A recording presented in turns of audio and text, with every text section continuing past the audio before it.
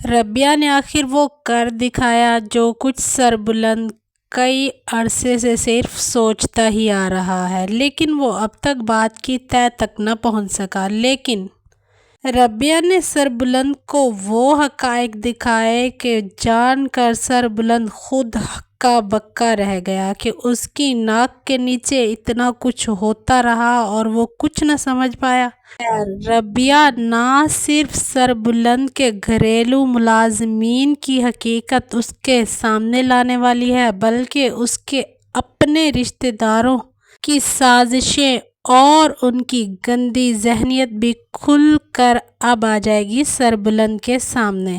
وہ سربلند جو کل تک سراب کو اپنے بھائی کا درجہ دیتا تھا اور بڑا بھائی سمجھتا تھا، اب وہ ہونے جا رہا ہے اس کے ہی خلاف۔ دوسری طرف توسم بھی اپنے ماموں کی حقیقت جان چکا ہے۔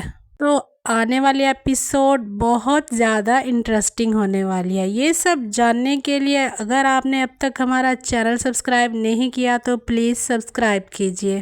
ربیہ نے شیری کے ساتھ وہ کیا جو شیری سپنے میں بھی نہیں سوچ سکتی تھی۔ ربیہ نے نہ صرف شیری کو اب دھمکا کر رکھا ہوا ہے بلکہ اس کو ناک میں دم کر دیا ہے اور شیری اب کچھ بھی نہیں کر پا رہی۔ دوسری طرف توسم کی کزن گل نے بھی اس کو اس کے ماموں کا اصلی چہرہ دکھا ہی دیا۔ ربیہ نے اب مکمل طور پر سربلند کی جان کی حفاظت کا ذمہ اپنے سر لے لیا ہے۔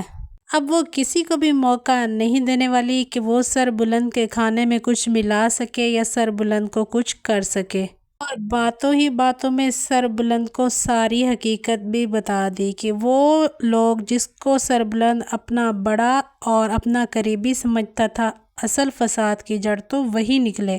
سربلند کو حویلی سے کچھ ایسے حقائق ملنے والے ہیں جس سے پورا شک جانے والا ہے سراب لالا کی طرف کہ شہربانوں کی موت کے پیچھے اور کوئی نہیں بلکہ سراب لالا ہی ہیں۔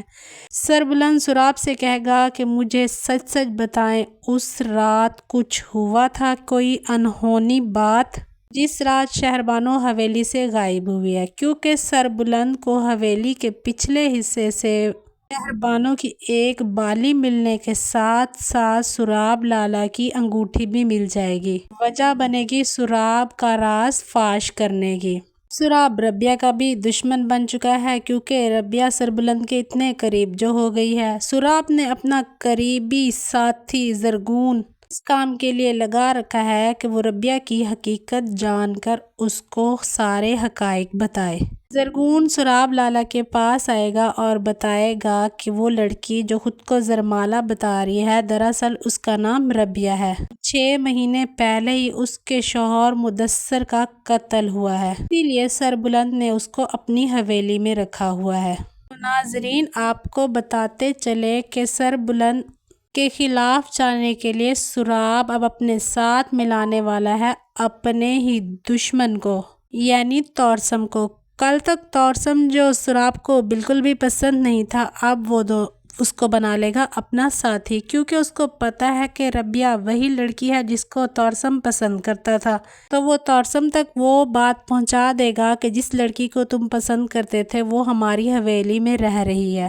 یہ بات سننے کی دیر ہوگی کہ توسم دوڑا ہوا حویلی کی طرف آئے گا اور ربیہ پر حملہ کرنے کی کوشش کرے گا اور اس کو اپنے ساتھ لے جانے کی کوشش کرے گا، لیکن سربلند ربیہ کو بچا لے گا۔